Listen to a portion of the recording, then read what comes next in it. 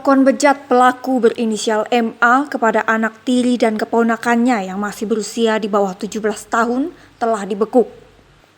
Kejadian pertama ini pada awalnya terjadi saat istri pelaku sedang pergi untuk membeli makanan, dan saat itu rumah dalam keadaan kosong. Kejadian kedua, NH dibawa ke kebun sawit. Saat itu korban dijemput oleh pelaku dengan alasan untuk diajak pulang ke rumah yang disanggau. Setelah melampiaskan nafsu bejatnya, MA langsung menyuruh korban menghubungi ibunya dan mengatakan bahwa mereka sedang dalam perjalanan. Saya menelpon ibu saya. Aku menyuruh menelpon, bilang sama mamamu, kita ada jalan. Saya menelpon ibu saya, "Ma, kakak udah di jalan." "Oh ya kak, hati-hati." Ya. Dan MA sempat mengancam apabila korban melapor ke ibunya maka akan dipukul. Sementara keponakannya yang berinisial YL yang berusia 17 tahun juga menerima perlakuan yang sama oleh MA. Setelah melakukan aksi bejatnya, MA juga meninggalkan pelaku di dalam kamar dengan keadaan sedang menangis.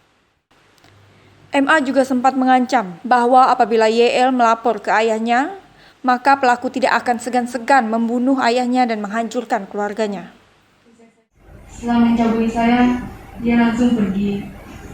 Dia langsung pergi ke WC dengan berpakaian rapi lagi. Setelah di WC dia kamar. Pulang dari kamar dia menuju ke kamar saya. Dia sempat berkata dan mengancam, "Nih, sempat kau bilang ke siapa-siapa, bapak kau mati dan keluarga kau hancur."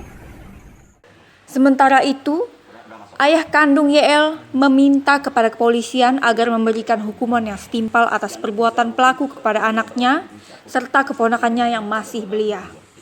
Saya tetap tuntut sesuai hukuman yang berlaku di Indonesia, khususnya di Dinas Perlindungan Anak Indonesia. Saya minta pelaku ini dihukum seadil-adilnya, seberat-beratnya.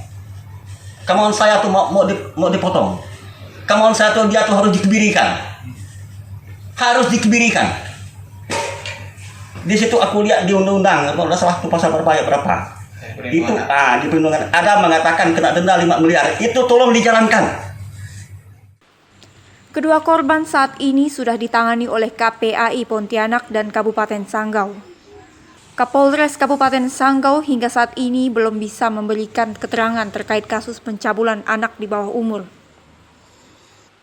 Saat kami mencoba menemui Kapolres Sanggau tidak berada di tempat dan terkesan kasus ini seperti ditutupi.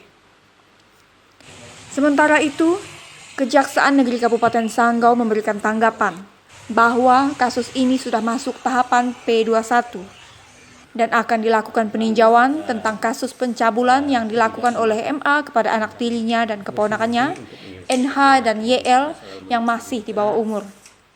Jadi informasi yang kami sampaikan untuk perkara tersebut sudah di P21 oleh penuntut umum, artinya sudah dinyatakan lengkap. Tinggal nunggu kabar kapan untuk pelaksanaan tanggal penyerahan tersangka dan barang bukti ke kantor kejaksaan.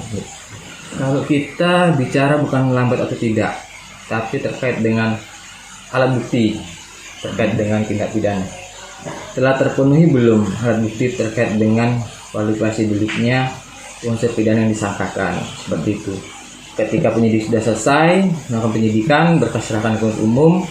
Selanjutnya penuntut umum meneliti berkas tersebut apa sudah lengkap atau tidak. Dan jika tidak lengkap, maka penuntut umum berhak memberikan petunjuk kepada penyidik, seperti itu. Hingga saat ini tersangka yang masih menjadi tahanan Polres Sanggau tidak bisa ditemui dengan alasan pengacaranya bahwa tidak boleh bertemu. Dari Kabupaten Sanggau, Kalimantan Barat, Aswandi melaporkan.